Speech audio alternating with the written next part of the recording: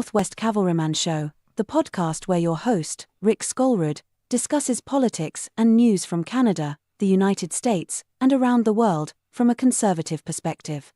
Warning: professionally offended people and liberal crybabies may be triggered. Viewer discretion is advised. While we put the finishing touches on this podcast, you are invited to visit the show notes. There are links to all of Rick's social media, including his website where you can sign up to take the Canadian Firearms Safety Course, which is a prerequisite for obtaining your Canadian Firearms License, also known as a PAL. Rick teaches these courses in Maple Bay, just east of Duncan on Vancouver Island, British Columbia. Now here's your host, Rick Skolrud.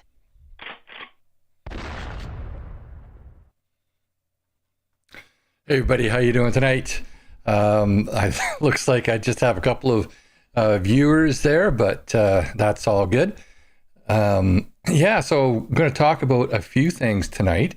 Hopefully, we'll get a little bit of a conversation going.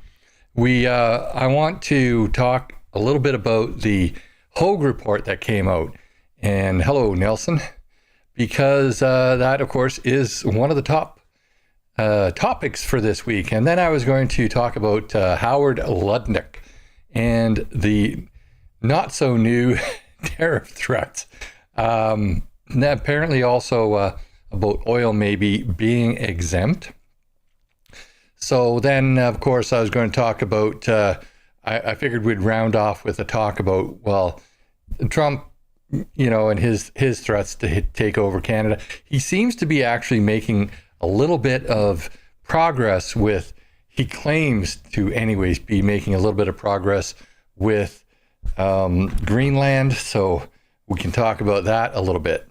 So the first one that I was going to talk about is this foreign interference report. So the, hello, Pure Blood. Basically, hello, Colin. The Hogue report, I did a video on this. Wasn't really overly impressed with what was released there. It was very, it wasn't really even much of an overview, and she just sounded a lot like a liberal in her report. She was always talking about misinformation, disinformation, all this kind of crap, which I don't really like. And the reason why I don't like it is she just shows how she's falling in line with all of the liberal stuff. But I saw this interview of, it was on, unfortunately, it was on CBC. So I hate to, put you through watching CBC, but they were interviewing this guy named Neil Bisson. I think that's how you pronounce his name. And he was a retired CSIS case officer, or maybe even a high-ranking CSIS official. I've not actually seen him before, but let's take a look at this and then we'll talk about it. So for more on this, I want to bring in retired Canadian Security Intelligence Service officer Neil Bisson. He is now a director with the Global Intelligence Knowledge Network and is in Ottawa. And so I appreciate you taking the time, Neil. Thanks for having me on. What stood out from today's? It can be from the report. It can be from the reaction to the report that we've heard. What's kind of your takeaway in this moment? One of the first things that comes to mind is the fact that this is obviously an issue that's very much at the forefront of the thoughts of many Canadians going into a potential federal election and potentially a provincial election within Ontario. These are all issues that I think any informed Canadian voter wants to know more about, so that they do have that confidence in our systems to participate in the electoral processes. And of course, that's very important, because how are we supposed to vote for a member of parliament without knowing whether or not they have been compromised? So I think that he's right on the money there. That's what I've been hearing from a lot of my viewers, and that's what I've been saying all along too. So we need to know this information. I think we need to know it before the next election. And since that could be coming up fairly quickly, I think we need to know who's compromised and who isn't. There was very much an idea of, I looked at it from the 2019 and 2021. I'm not really concerned.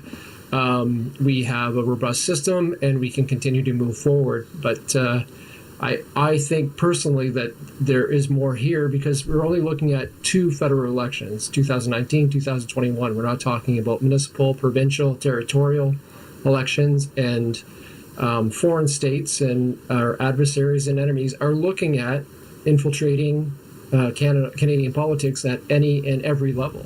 And that's another good point. So we have these foreign adversaries who are looking to infiltrate our government at every level, provincial, municipal, federal, and, all of their elections, plus all of their democratic processes and institutions.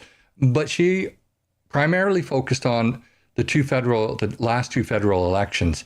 Now, she did go into a little bit more in her report, but, he's making a very good point here. We're only looking at the federal election.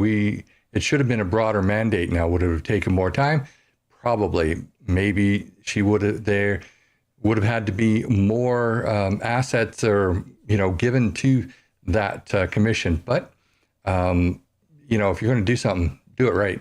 How would you characterize its conclusions? And by that, I mean, do the report's conclusions match what we heard from witnesses during the hearings? I think the report focused a lot on the diaspora communities and how that they could possibly be influenced or have information forced upon them from foreign actors to try to make them make a decision one way or another, or to keep from saying things. The unfortunate thing is what it doesn't mention is that those same foreign state actors are also interested in getting people into Canada and having these individuals get status so that they can influence the political systems here. So individuals, yes, some are being put pressure upon to make certain decisions, but there are others who acquire access to Canada and potentially the political systems who are working on behalf of these foreign states or adversaries. It's interesting that he brought that up because that sounds to me like this is a long game kind of process that you see all those movies and TV shows and they talk about sleeper agents. Well, this is kind of what they're talking about. So they put these foreign agents in, people who are maybe they're not necessarily formally trained foreign agents, but they're people who are sympathetic to the country that they came from, and they came here for a specific purpose to influence our political system. So I think that's very interesting. And being a former intelligence officer with the CSIS, I think he might have a little bit of knowledge there. That's a very, very interesting observation. Did Justice Hogue actually look at that? And apparently not. What did you make of how she characterized how the federal government responded to these concerns? I think she made some good points in relationship to communication, but that communication was never put back upon the politicians who were receiving information from law enforcement and national security, like the service, like the CSIS, telling them that there are issues here that need to be dealt with. And I think that does go back to speak to some of these political parties and the decisions that they've made in relationship to who can vote for their leadership, what the requirements are, overlooking issues that basically does open the door for foreign interference. And I think that this whole of society perspective that Justice Hogue presented needs to include the politicians, the political parties, and the decisions that they make within their own parties, as well as the voters. Yeah, I noticed that. Oh, I just hit the button too quick there. Going back to live, I thought that it was over, but you get the idea. Now, one thing that I thought was very interesting in that interview that he brought up was the thing about the foreign agents. Essentially, now he didn't call them agents, but basically people who the foreign countries are sending over to get either citizenship or get some sort of status over here, and then insert themselves into our politics. Well, yeah, there's a kind of a name for that. That's being an agent of a foreign country. And obviously they're not registered because any legit agent of a foreign country has to register with the Canadian government. And clearly they're not going to be. So that is definitely a form of interference in our democratic process. So, we have to look into that. But I was very, very interested in Neil Bisson talking about that. Yeah, what do you think about that? That this whole interference thing was kind of a letdown, I think, the whole release of it. Now, I haven't read the whole report. I've glanced through a couple of things on it, but it is fairly lengthy. I think there's 4 volumes. Maybe there might even be more. Like when I was glancing through it, I glanced through a little bit of the first volume, and then it was just a lot of stuff. And I've actually written reports for the RCMP, and I can tell you that you might as well just read the summary for the most part, because there's a lot of blah blah blah in them. So I should go through it. I should read it all, and but it is fairly lengthy. So then I wanted to talk about wasn't she a lawyer for the law firm that Trudeau's? I heard that. I'm not sure if that was true or not. If she was a lawyer for Trudeau's law or Trudeau's family's law firm. So the law firm that Pierre Elliott worked for, and then before going into politics, and then even after coming out of politics. But I know that Pierre did go back into law after he left politics. But it could be. What really got me is all her liberal speak, the misinformation, the disinformation, all this kind of crap, saying that we all have to be vigilant for. I mean, yeah, sure, okay, but tell me, as a guy on the West Coast here, how am I, involved in, identifying, government interference, foreign interference? There's one thing, it sounded almost like she wanted censorship, because we have our opinions. Everybody has their opinions. So what if somebody from a foreign country also has an opinion? We have opinions all the time on U.S. politics, on British politics, on whatever, and they have opinions on our politics. Is that misinformation? Is that foreign interference? No, it's not. It's opinions. But she sounded like she really wanted, some controls about, misinformation and disinformation. And when I started hearing that, I started hearing censorship. We want censorship. And I don't like that because, as I said in my video of a couple of days ago, in the free marketplace of ideas, the good ideas and the truth tends to rise to the top, and people can identify it. If you have a problem identifying the truth, then, maybe you're not digging enough, or maybe you're not as critical a thinker. But the real meddling, the foreign influence and interference, has to do with the parliamentarians. Like, what are they hearing? And then when she said that there was no traitors in Parliament, I disagreed with that. Even with what she said, it sounded to me like there were traitors in politics. She was saying that there are people benefiting from an association with a foreign entity, a foreign government. That to me is absolutely foreign, being a traitor. If you're benefiting from if you're earning a paycheck from the Canadian government and you're also getting a benefit from a foreign government, that to me is being a traitor. I think that you can't accept whether it's a gratuity, an unlawful gratuity, a paycheck, payment for services. You can't do that when you're a government official. And that's in the books. If I was when I was in the RCMP, if I accepted anything from anybody, I would have been fired. But what do these guys get? They don't even get. I don't even know what the investigation's going on.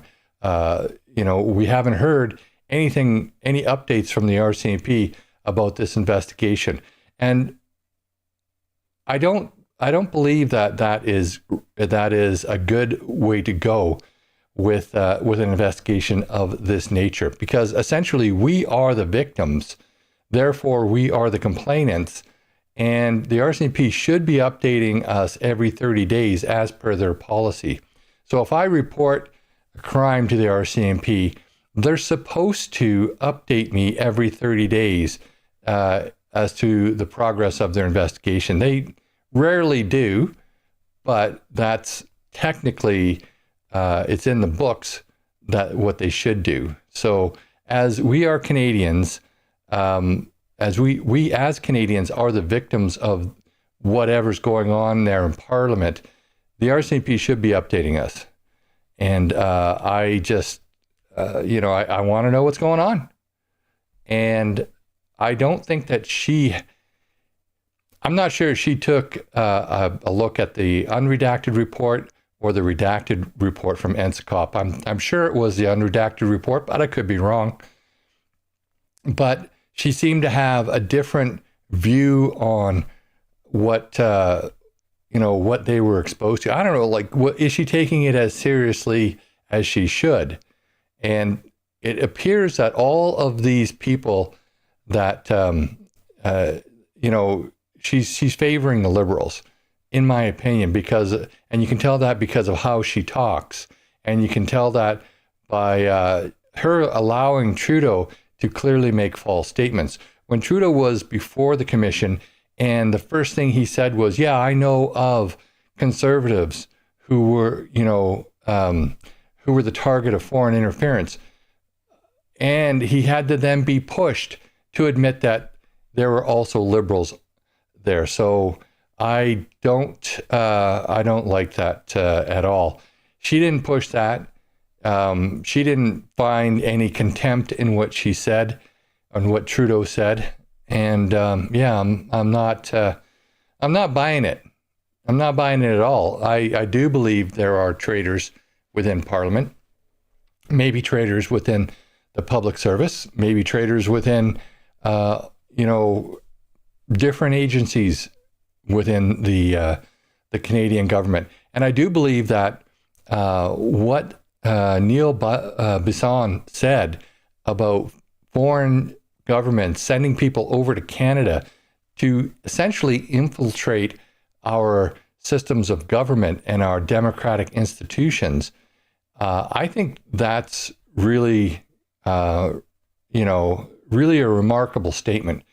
Because coming from the CSIS, unless he's talking out of his hat, which I don't know, maybe he is, maybe he's just pulling that out of the thin air, but he came from CSIS. So if he's saying that, does he have examples of that actually happening? Does he know of anything?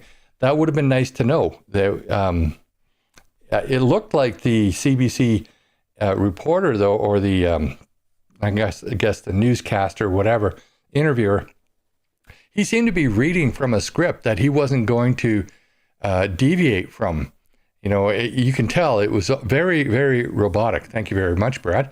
Very, very robotic. He just went from one topic to another without really exploring anything that Neil Bisson was saying.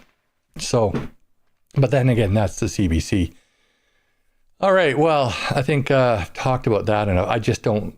I guess you're getting the opinion that I didn't really like the news, the press release. So moving on, Trump threats, Lutnick, well, actually, let's play this. Let's play this clip from City TV first on the tariffs, and then we'll go on to another one. It is the news that Canadians Government and Canadian businesses did not want to hear. U.S. President Donald Trump confirming late this afternoon that he plans to slap 25% tariffs on Canadian and Mexican products beginning on Saturday. We'll be announcing the tariffs on Canada and Mexico for a number of reasons. Number one is the people that have poured into our country so horribly and so much. Number two are the drugs, fentanyl, and everything else that have come into the country. And number three are the massive subsidies that we're giving to Canada and to Mexico in the form of deficits. And I'll be putting the tariff of 25% on Canada and separately 25% on Mexico. And we will really have to do that because we have very big deficits with those countries. Those tariffs may or may not rise with time. Trump says he still hasn't decided whether oil would be excluded from his tariff plan.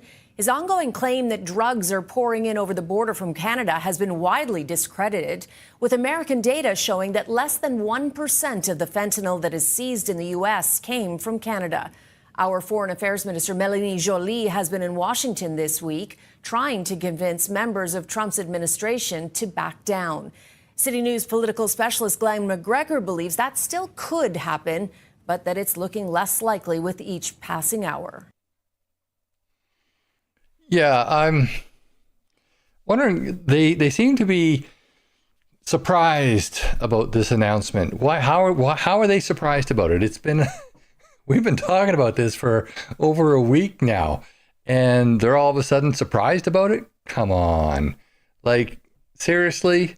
They're making it out like it's new. But what I got from that, the new stuff I got from that was basically that there could be a carve-out for oil and gas. And if you take oil and gas out of the equation, they actually have a surplus, trading surplus. So we have the deficit. So I think that there's a good chance that we can avoid the economic tariffs. Now, what about the tariffs regarding the border? That obviously is another thing. We can't. Have we done enough to avoid those? I'm not sure we have, but let's take a look at this other clip here. This is the last clip, and then we'll talk about it a little bit more. The son of a history professor. This is Howard Lutnick, the billionaire businessman poised to become Commerce Secretary and Donald Trump's lead on tariffs. We need to be treated better. We need to be treated with respect. At his Senate confirmation hearing, he warned Canada to brace for a 1-2 tariff punch. The first threat, 25% tariffs unless border security is improved, which could come as early as February 1st. Respect America. If we are your biggest trading partner, show us the respect, shut your border, and end fentanyl coming into this country. And if they execute it, there will be no tariff. And if they don't, then there will be. A second threat could emerge around April, when the results of a Trump-ordered study on trade are due. To boost U.S. manufacturing, it could recommend broad tariffs. The car manufacturing went to Canada, it went to Mexico. It is important that that come back to Michigan. Actually, just a little bit of history on that. In Diane Francis's book, The Merger of the Century, she talks about the auto pact, and that's actually been going on since the days of Henry Ford.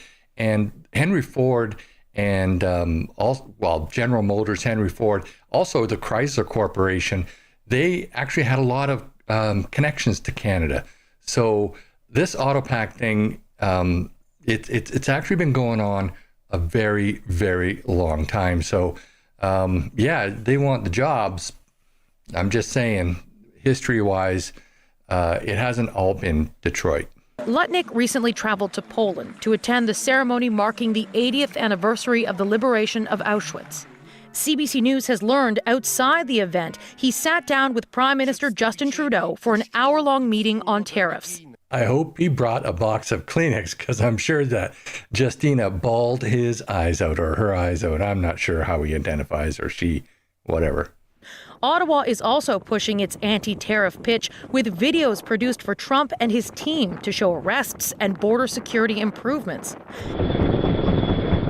And video of newly acquired Black Hawk helicopters in action have also been sent to Trump advisors via text message, all according to multiple government sources. I find it hilarious how fast they can actually get some things done in Ottawa when they have some serious pressure on them. Because I can tell you the procurement process to buy a helicopter, that's like, it is so long. But hey, you know what? Trump says we're going to slap on 25% tariffs. Then all of a sudden they buy a bunch of helicopters. And I'm not sure where they're getting the pilots from. Maybe they're using military pilots, because I'm sure there's only a few RCMP pilots who are checked off on the Black Hawk. Maybe I'm wrong. Maybe they just, brought all the helicopter pilots from across Canada in and gave them a check ride, and there you go. But if they're adding a whole bunch of helicopters, they're going to need the pilots as well. So it's amazing how fast they can get this done when the proper pressure is applied. The Canadian message was reinforced by the foreign minister, who met with the new U.S. Secretary of State, but left without any clarity on whether tariffs are actually coming. Now, I don't think we're going to know that until Saturday. I'm going to stand by my original guess from video a couple of days ago that, you know what? He may just put it off for another month or so, depending on how much information he's got as far as what we've been doing to improve our border security. Or he may just say, look, you're not doing enough. Get to it. Get her done. And, put tariffs on with the possibility of removing them at a later date. So you never know. We're not going to know until Saturday. And, and we always knew that.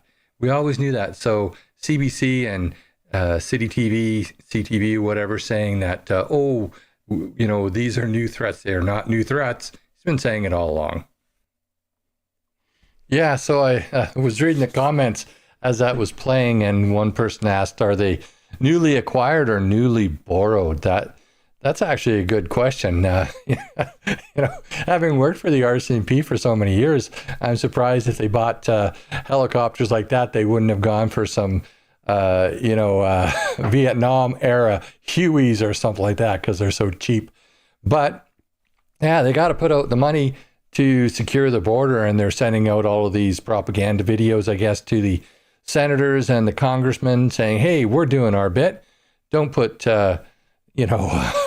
don't put any tariffs on us.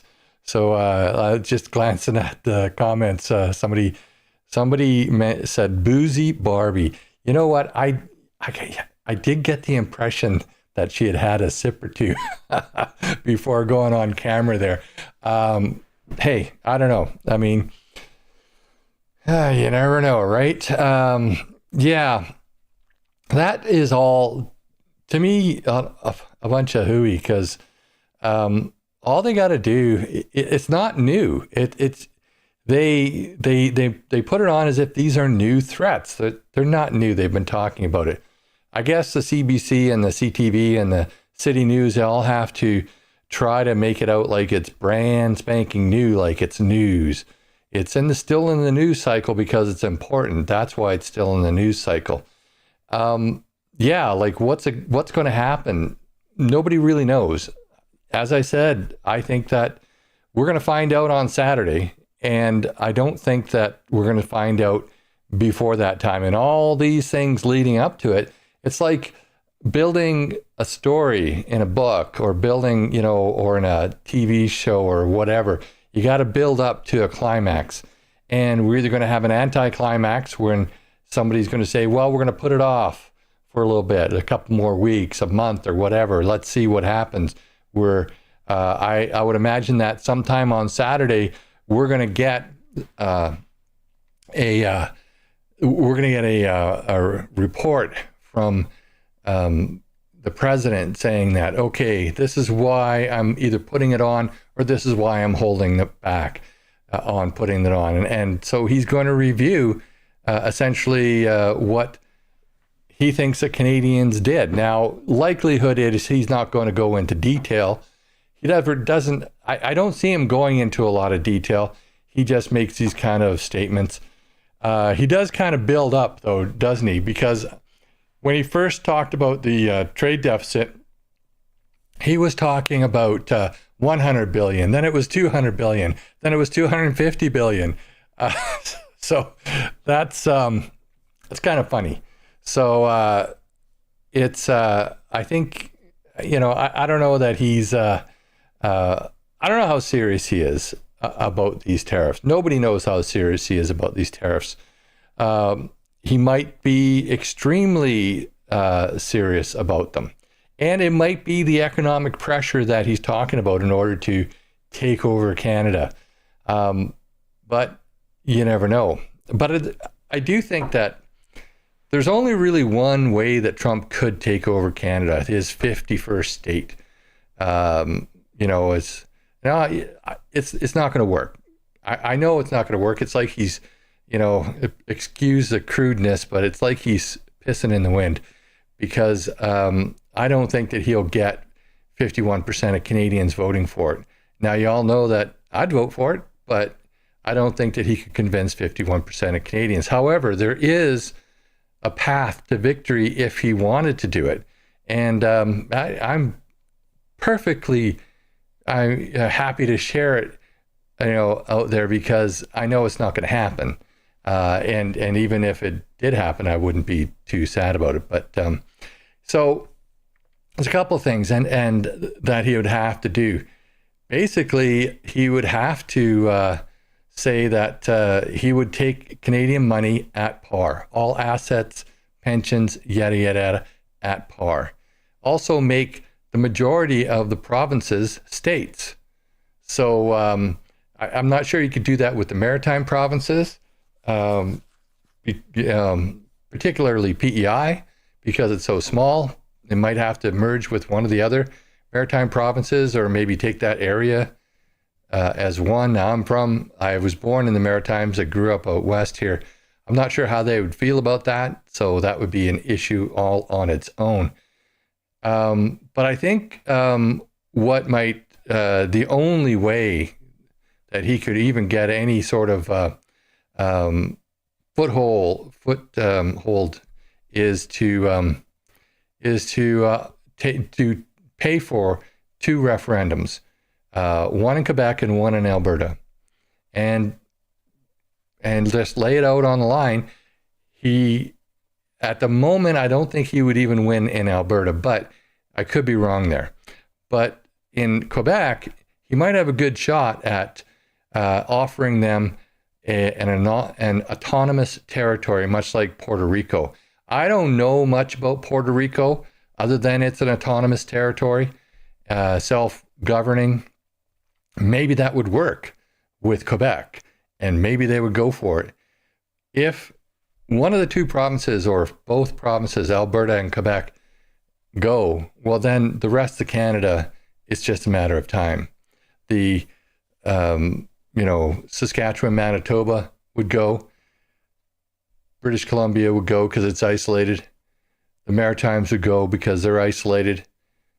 Leave Ontario, they would eventually join as well. So that's the only path to Trump ever taking over the 51st state. It's not going to, or Canada, it's not going to happen. It's not ever going to be the 51st state. And I would not vote for it to be the 51st state. I don't want to be part of Greater Ontario. Not that I'm insulting anybody or want to insult anybody in Ontario, but I think that it's not, it's just not a good idea for one province to be Greater Ontario. It just wouldn't work. And it wouldn't be good for us out west here. I don't think it would be good for folks out in the Maritimes either. So it's not something that I would ever vote for.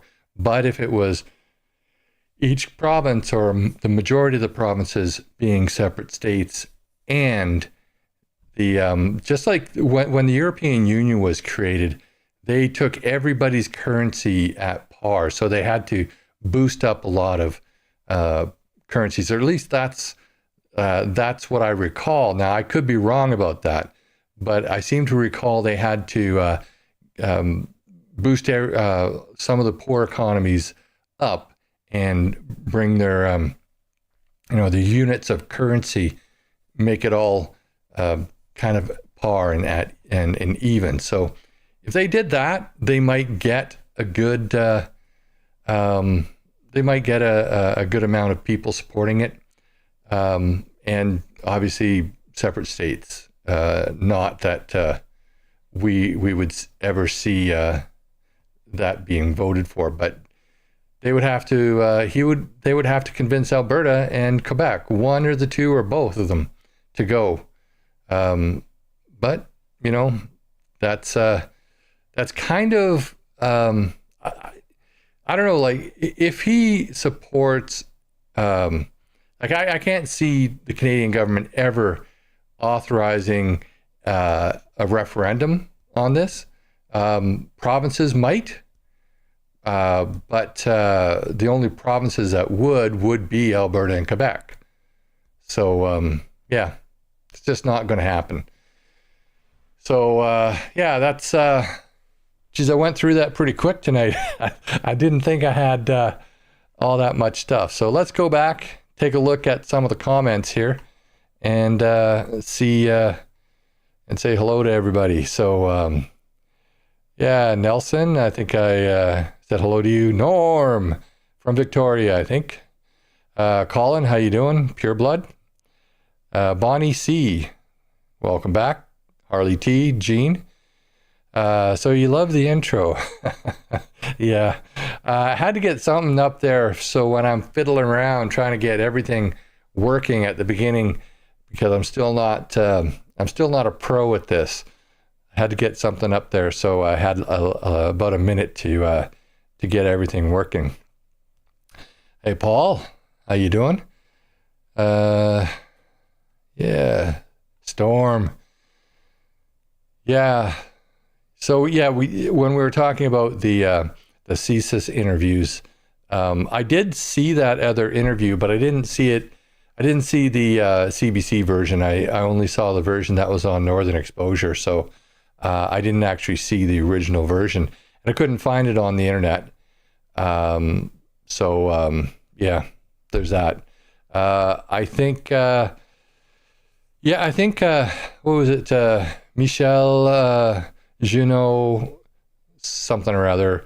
I had it written down, but I erased it off my whiteboard.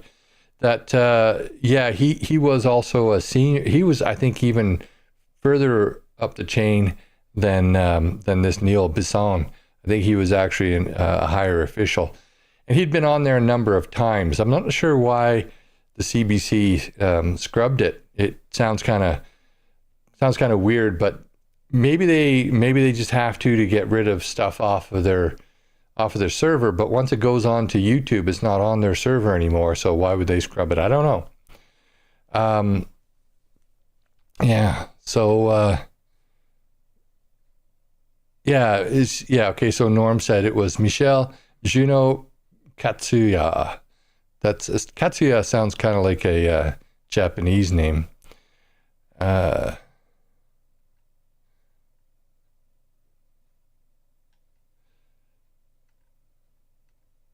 I've said hello. Oh, Peter, there's a Peter here. Good evening from Dawson Creek, Peter. DJ, good evening. Tracy, of course, one of the regulars.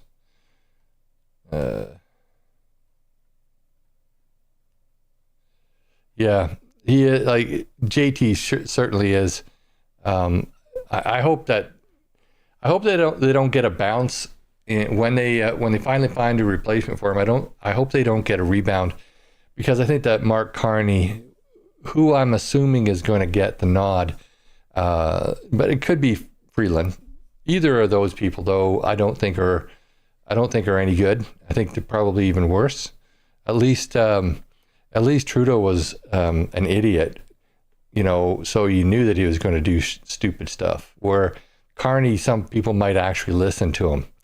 So that would be bad. That would be very bad. They're all cut from the same cloth. they do the same stuff. They have the same rhetoric. They want the same things. All like they don't want us to have a national identity and whatnot.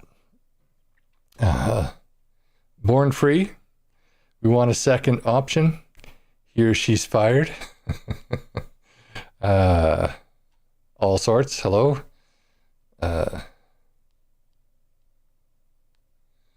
So, Mark Maloney, hello. God bless you as well.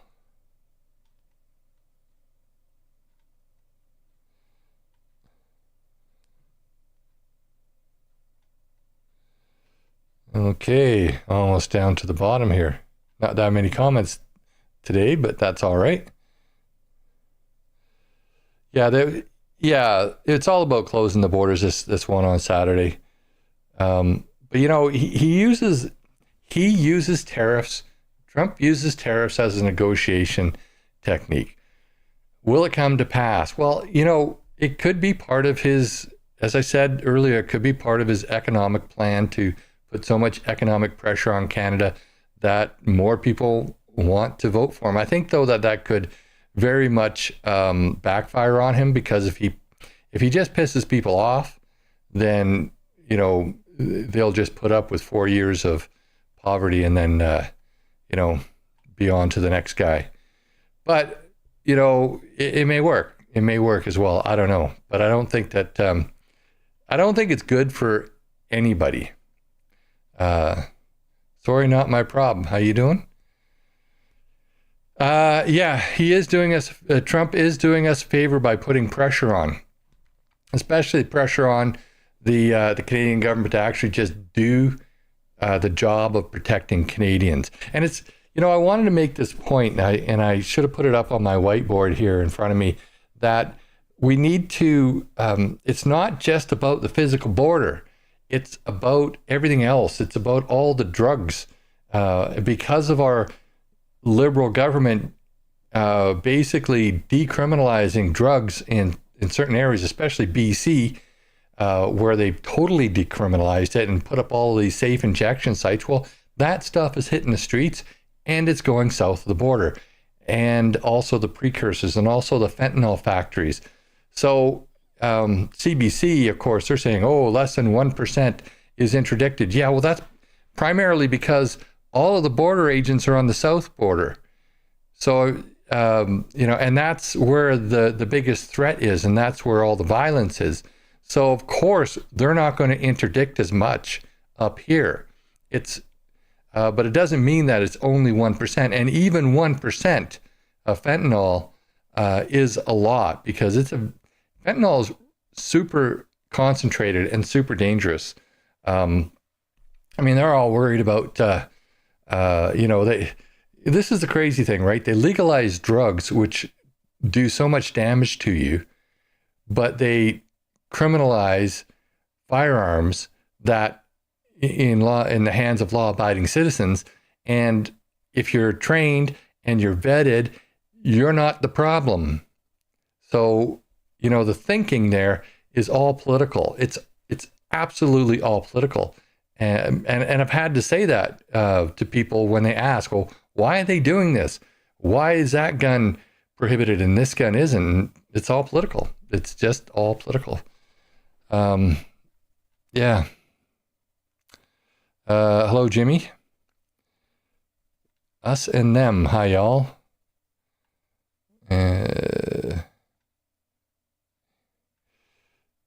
For 4 to 5 years before his death, a retired RCMP and I were corresponding in depth. He was very discouraged by what the service had become. Bet you met him.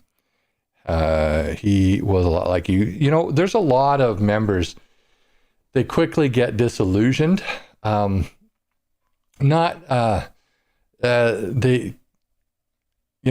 realize that there's the internal politics is a real bummer, and then they have to deal with the external politics as well, because everybody gets their grubby little fingers in there, and they want to manipulate things. And then the public, they all blame the police because they're the face of everything that goes wrong. So yeah, there's a lot of disgruntled members, and it happens, probably starting around the 5-year mark, especially that, but a lot of people, sense of duty, whatever, sense of security within the RCMP, they stick it out. Yeah. Good evening, Susan. Yeah, I think that's about it for all the comments. What do you guys think? Will Trump make a move on Canada? I don't think he's going to. I don't think he's actually going to make a move on Canada. Will he try to get Alberta and Quebec to have referendums? Quebec is actually almost to the point where they want to try. And will economic sanctions, this economic pressure on Canada, come about? I don't think he's going to. I don't think he will at all, because I think he knows that it would be a waste of time and effort, because he won't be able to convince, hello, Alice, he won't be able to convince enough Canadians to vote for it. And I think that, I could be wrong about that. Would the economic pressure that he's threatening, if he actually followed through on that, would it put enough pressure on the Canadians to change that dynamic? Would more than 51% of Canadians want to join the States? I don't know. I still don't think so, because most people vote with their hearts. Basically, they vote emotionally on things, on especially issues like that. They're Canadians and they don't want to become Americans, which hey, whatever. I mean, everybody has a right to have their own opinions. Economically, everybody knows that I think that it would actually be a benefit to Canada. I think that it would increase our standards of living. I think also that being a republic, growing up, I didn't really think this way, because I didn't really get that down into the weeds as far as thinking about things. But as a constitutional monarchy, we're still subjects to the crown, which means that, yes, they call us citizens, but are we really citizens if we're subjects of the crown? Whereas, that right in the Constitution of a lot of republics are that you are a citizen, that it's a government of the people, for the people, yada, yada, yada. So, and I've said on previous live streams that I'm not really impressed with Charles III. So, as far as I'm concerned, I would definitely like to see a change in the type of government that we have, whether they modify our parliamentary system to a parliamentary republic. That might work, although I'm not overly impressed with, minority governments and whatnot, but or whether they go with a constitutional republic, where you have Congress and then the Senate. Definitely. Oh, I wanted to talk about this one thing here. I forgot to put it on the whiteboard, but this whole crap about the Trudeau stacking the Senate just prior to going, it brings up that old question that's been going around for decades, probably even longer than that. Why do we even have the Senate? I know that, it's supposed to be a checks and balance and another, level, but, if it doesn't pass the Senate, it goes back to the House and the House can pass it. And then it becomes law, right? Then it can become law. And what does the Senate do other than keep old governments that have been voted out? They keep them in power. They they keep, or not in power, but they keep their influence. That's just wrong. I know that they want some sort of continuity, but I would rather see them totally abolish either totally abolish the Senate or make it more like a constitutional review, body where, certain number of seats have to go to, let's say, constitutional-based lawyers, who and then maybe a certain number of seats go to civil liberty type lawyers. And then, so many seats go to the former police officers and then former military officers, yada, yada, yada, a certain number of seats.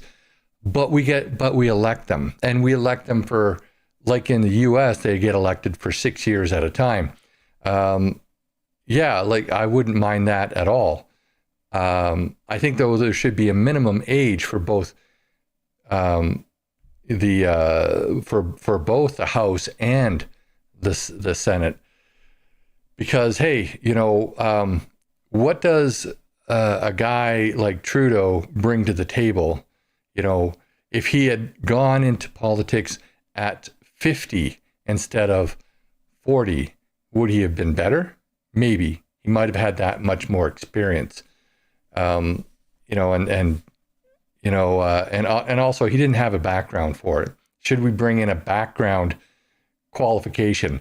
If you don't, and definitely economics is something that you I think absolutely have to have. If you don't have a degree or at least some experience in economics or running a business or managing something, how can you be effective in government? You can't be. You're just one of these fools. Like Trudeau's wedding party is pretty, dominated cabinet. What did they know? They didn't know anything. They were just a bunch of spoiled rich kids who thought that they were better than everybody else and could run the country.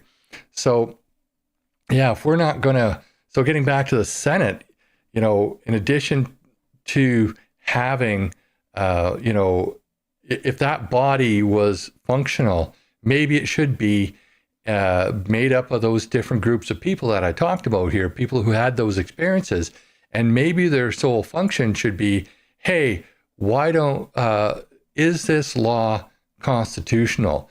Is it just? Is it moral?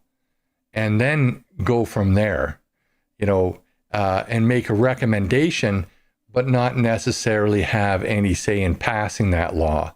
So I know we do have committees that function the same way, but those committees are made up of people who are members of parliament, but not necessarily specialists in any area. But if you had the Senate being made up of specialists who are voted in for 6 years or 8 years, maximum of 2 terms, then maybe we could, maybe it would be useful. But if it's not, why do we even have it? I really don't know why it's important to have this second body if it's A, not elected, B, not effective, and it's because it isn't really effective. And being elected, being appointed is just way too much, and we need to really cut down on the amount of government that we have too. I know I actually would like to see more of a balance, not only between the provinces, proper balance there, but I would like to see a proper balance, more of a proper balance between cities and rural areas, say in Ontario, for example. If the majority of the seats come from the GTA, are the people in the rural areas, do they even have a say? Just like us out here, do we really have a say? I don't know. So anyways, that's kind of my ramblings for today. Those are the topics that I was really interested in this week. The Senate, the release of the Hogue report, And then, everybody's still freaking out about the tariffs, which of course it needs to be freaked out about, but we still have, well, I don't know, freaked out about it. That's not the right way to put it, but we need to worry about it. But if the Canadian government did their job and wasn't so focused on the threat that's down the road, the economic imbalance that doesn't exist, that we can show doesn't exist, if they were more focused on actually doing what they said they would do, or that they should do, is, secure the border. And of course, then there's also all the issues with the military spending and all this other kind of stuff. So I think there's that to take into consideration. So I'm going to call it here and maybe relax for the rest of the evening. And thank you all for tuning in, and have a great rest of your week, your weekend that's coming up. And hopefully Saturday we don't get a kick in the whats over over this drama that's going on between Washington and Ottawa. But hey, see y'all later, and it's been a pleasure. You've been watching the Northwest Cavalryman Show. Thank you for tuning in this evening. I hope you've enjoyed the content. Don't forget to like and subscribe, and share with your friends and on social media. May God bless you. And if you're a liberal crybaby, bless your heart. Have a great rest of your week, and we'll see you next Thursday.